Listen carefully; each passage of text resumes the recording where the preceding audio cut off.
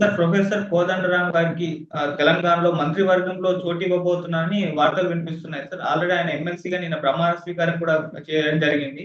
మరి ఏం పదవి ఇవ్వబోతున్నారు, మంత్రిగా తీసుకోబోతున్నారా లేదా, మీరేం చెప్తారు?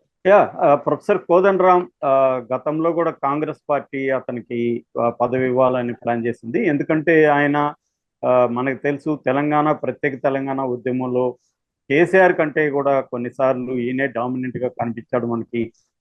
ముఖ్యంగా కేసీఆర్ సైలెంట్గా ఉన్నప్పుడు కూడా కోదండరామ్ సకల జనుల సమ్మె కానీ ఇలాంటివన్నీ చేయడం కానీ దానికి ఒక లెజిటమసీ తీసుకురావడంలో తెలంగాణ ఉద్యమాన్ని ఒక మేధావి రంగం ప్రొఫెసర్గా ఉండి పౌర హక్కుల సంఘంలో పనిచేసి ఎన్జిఓ సెక్టర్లో పనిచేసి తెలంగాణ ప్రజలకి సుపరిచితులైన కోదండరామ్ మేధావి వర్గాన్ని విద్యార్థుల్ని ఆర్గనైజ్ చేయడంలో చాలా ప్రముఖ పాత్ర వహించాడు.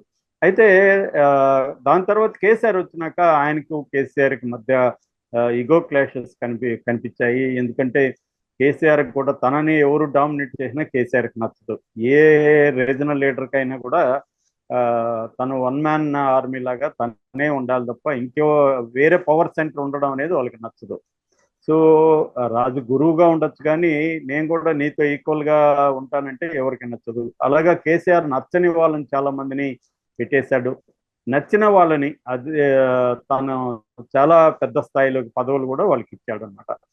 తెలంగాణ ఉద్యమంలో ఈ రెండు రకాలు కనిపిస్తాయి మనకి. కేసీఆర్కి నచ్చితే అందలం ఎక్కిస్తాడు, నచ్చకపోతే వాళ్ళని జైళ్ళలో పెట్టడానికి కూడా ఆయన ఏమాత్రం సందేహించడు. అలాగా కేసీఆర్ ఉన్న 10 ఏళ్లలో కోదండరామని ముప్పు తిప్పలు పెట్టాడు. హౌస్ అరెస్ట్ చేశారు, జైలు పంపి పెట్టారు. ఇలాగా ఆయన ఇబ్బందులు అనేకం చేశారు.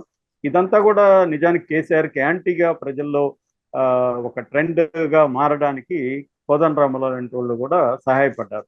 ఆ రకంగా కోదండరాము కేసీఆర్ వ్యతిరేకతను ప్రజల్లో పెంచడానికి పని చేశాడు. అది పొలిటికల్ పార్టీగా కాంగ్రెస్కి ఉపయోగపడింది. నిజానికి కోదండరామ్ కూడా ఒక పొలిటికల్ పార్టీ పెట్టాడు, తెలంగాణ జనసమితి అని. బట్ ఆయన ఒక పొలిటికల్ లీడర్ కాదు, ఆర్గనైజర్ కాదు. ఆయన బేసిక్గా మేధావి, మేధో రంగంలో ఆయన పనిచేశాడు. విద్యార్థి ఉద్యమాలు, పౌర హక్కుల ఉద్యమాలు, ఇట్లా ప్రజా ఉద్యమాల్లో ఆయన పనిచేశారు తప్ప ఆయన పొలిటికల్ పార్టీ నడిపే కైండ్ ఆఫ్ ఆయనకి మైండ్ సెట్ కానీ అటువంటి స్కిల్స్ కానీ లేవు.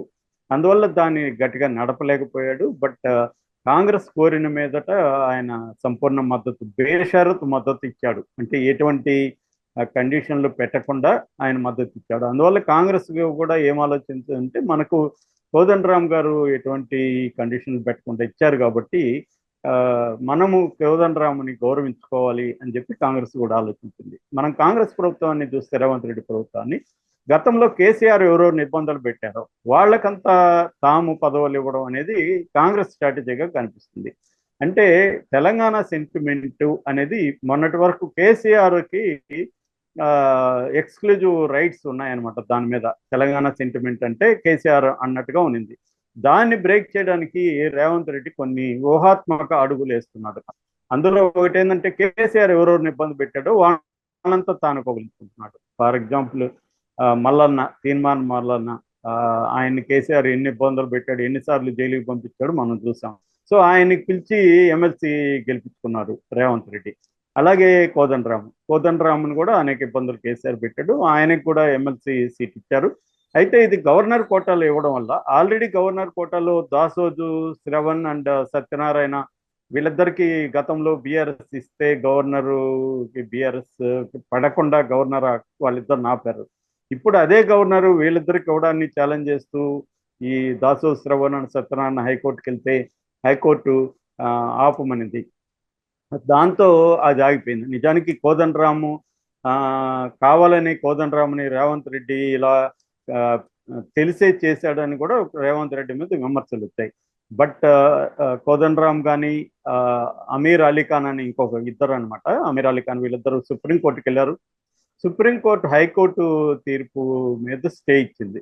దాంతో నిన్న మండలిలో గుత్తా సుఖేందర్ రెడ్డి ఆధ్వర్యంలో వీళ్ళిద్దరూ ప్రమాణ స్వీకారం చేశారు. కోదండరామ్ అండ్ అమీర్ అలీ ఖాన్ వీళ్ళిద్దరూ ఎమ్మెల్సీలుగా నిన్న ప్రమాణ స్వీకారం చేశారు. నిన్న ఢిల్లీకి వెళ్ళిన రేవంత్ రెడ్డి రాహుల్ గాంధీతో చర్చించినట్టుగా తెలుస్తుంది. ఇప్పుడు 6 మంది మంత్రులకు చోటు ఉంది. కోదండరామ్కి ఎమ్మెల్సీనే కాకుండా ఏదైనా మంత్రి పదవి కూడా ఇద్దాము, ఎడ్యుకేషన్ కానీ ఇట్లాంటిది ఏదన్నా శాఖ ఇద్దాము, ఇస్తే ఆయన సేవల్ని ఎఫెక్టివ్గా తెలంగాణకి వాడుకోవచ్చు అనేది రాహుల్ గాంధీ కూడా ఫీల్ అవుతున్నట్టుగా తెలుస్తుంది. రెండోది, రేపు నెక్స్ట్ ఎలక్షన్లో కూడా కోదండరాం మనకు పనికొచ్చే అవకాశం ఉంది. మేధో రంగము, విద్యార్థి రంగము, అర్బన్ ఓటర్స్ని ప్రభావితం చేయడానికి కోదండరాం లాంటి వాళ్ళు మనకి హెల్ప్ అవుతారనేది కాంగ్రెస్కు ఉన్న అవగాహన అనమాట.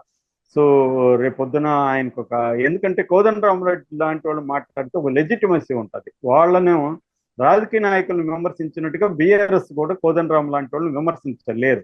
ఎందుకంటే వాళ్ళకు ఉండే లెజిటిమసీ వేరు. కోదండరామారెడ్డి మిస్టర్ క్లీన్. ఇప్పుడు మనకి పవన్ కళ్యాణ్ ఎట్లాగైతే ఆంధ్రప్రదేశ్లో చంద్రబాబు పనికొచ్చాడో, చంద్రబాబుకి పవన్ కళ్యాణ్ లేకపోతే చంద్రబాబు మాటలు నమ్మేవాళ్ళు. చంద్రబాబు చెప్పిన హామీలకంతా నేను గ్యారంటీ అని పవన్ కళ్యాణ్ ఇవ్వడం ద్వారా పవన్ కళ్యాణ్కి ఒక క్లీన్ ఇమేజ్ ఉంది. అతను ఇప్పటివరకు కరప్ట్ కాదు, అతనికి ఎటువంటి బ్యాడ్ రిమార్క్స్ లేవు.